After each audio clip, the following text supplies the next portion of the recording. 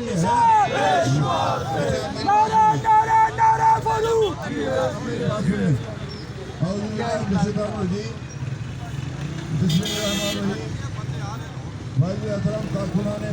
مسلم league نون نزاکت تسلیم، میں آپ سب حضرات کے شکرگزار ہوں کہ آپ نے سب سے پہلے اسلام آباد ایئرپورٹ پر پھر آج کوالہ سے لے کر یہاں مظفر آباد تک جس انداز میں مجھے ویلکم کیا، میں جب تک زندہ ہوں، میری اولاد زندہ ہے، میرے ساتھی زندہ ہے، ہم سب آپ کا شکریہ ادا کرتے رہیں گے۔ آج کا یہ اجتماع مخلص ترین سیاسی کارکنوں کا اجتماع لیگ کا، اور یہ میں آپ سے کرنا چاہتا ہوں کہ یہی مسلم لیگ کا فیصلہ، یہی میاں نواز شریف کا فیصلہ، اور یہی ہماری قدر کا بھی یہ کارکن فیصلہ یہ مخلص سیاسی کارکن سیاسی جماعتوں کا فیصلہ، ملکوں قوموں کا فیصلہ ہوتا ہے۔ میں یہ بھی آپ سے گزارش کرنا چاہتا ہوں کہ اللہ کے فضل و کرم سے میاں محمد نواز شریف صاحب کی قیادت میں مسلم لیگ کی حکومت قائم ہوئی، ترقیاتی بل ڈھکنا کیا، اور آزاد سنی کی اہمیت میں اس کی حیثیت میں اضافہ کیا۔ بدقسمتی کے ساتھ جب عمران خان صاحب کی حکومت آئی، منصیرہ سے لے کر میرپور تک جو لوگ جمع ہوئے میں آپ سے کرنا چاہتا ہوں، میاں صاحب ہوتے بلّہ میں آپ سے کہتا ہوں کہ آج ہمارا راستہ غربت کے ساتھ کی اللہ کی طرف سے ہمارا راستہ قائم ہو گیا ہوگا، تو میں آپ سے عرض کرنا چاہتا ہوں۔ اس کے بعد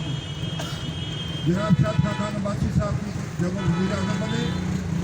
میاں نواز شریف صاحب کی ہدایت کے مطابق دہلی آئینی ترمیم، اس سے پہلے 70 کا قانون، اس کے بعد مرزا اسماعیل صاحب کی حمایت سے جو ہے وہ ہمیں جو مالیاتی خودمختاری حاصل ہوئی۔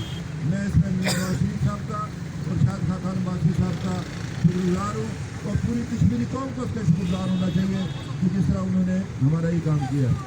میں محترمہ مریم نواز شریف صاحبہ کا شکرگزار ہوں کہ گزشتہ الیکشن میں انہوں نے جس طریقے سے آزاد شہر کے طول و عرض میں جو ہے وہ دورے کیے۔ میں آپ کو یہ بھی بتانا چاہتا ہوں کہ میں آخری دفعہ ملا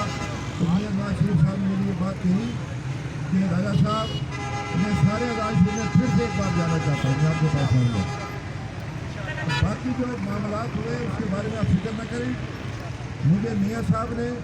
تاکید کی، میرا لیڈر نے حکم دیا، میں الفاظ کو رہا ہوں، انہوں نے کہا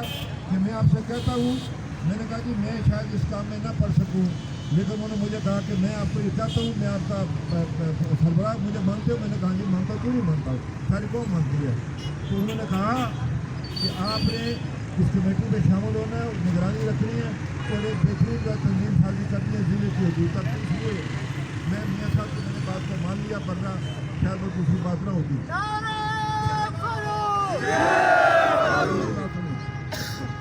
ہم نے لیگ کو متحد رکھا ہے، اس کو متحد رکھنا ہے مسلم لیگ کو، مضبوط مسلم لیگ کے آزاد شہر کے عوام کے حقوق کی ضامن ہے۔ جہاں تک یہ جو موجودہ حکومت جس طرح ہم پر مسلط کیا گیا، میری بات یاد رکھیں، ان کو اگر موقع ملا یہ دریا کے پتھر کی ٹینشن کھا جائیں گے، یہ میری بات آتی ہے۔ نہ تیری ترمیم منسوخ ہوگی، نہ کوئی اور بات ہو سکتی ہے۔ اس کے لیے لیگ کے کارکن جو تیاری رکھیں کہ ہم نے جو ہے آزاد شہر کے لوگوں کے آئینی حقوق کی حفاظت کرنی ہے۔ اور یہ بات میں آپ کو کہنا چاہتا ہوں، آپ نے میاں نواز شریف کا جو بیانیہ ہے جس میں سیریت بالادستی، آزاد عدلیہ، خود مختار جو ہے وہ پارلیمنٹ، صاف شفاف الیکشن، اس کے لیے اپنے آپ کو ہم نے جو ہے وہ شیشہ پڑائی دیوار سے میاں نواز شریف کے ساتھ کھڑا رہنا ہے انشاءاللہ تعالیٰ۔ ہم اس ملک کے اندر میاں نواز شریف کی قیادت میں یونین سپریمیسی قائم کر کے چھوڑیں گے۔ اگر اس ملک کو باقی برقرار رکھنا ہے اسی سے ہو سکتا ہے کہ آئین کے تحت جو ہے یہ ملک کے معاملات ہوگی۔ اور پھر باقی جو حکومت میں آ کر آپ کو پتہ ہے 29,000 تبادلے کیے حکومت کو،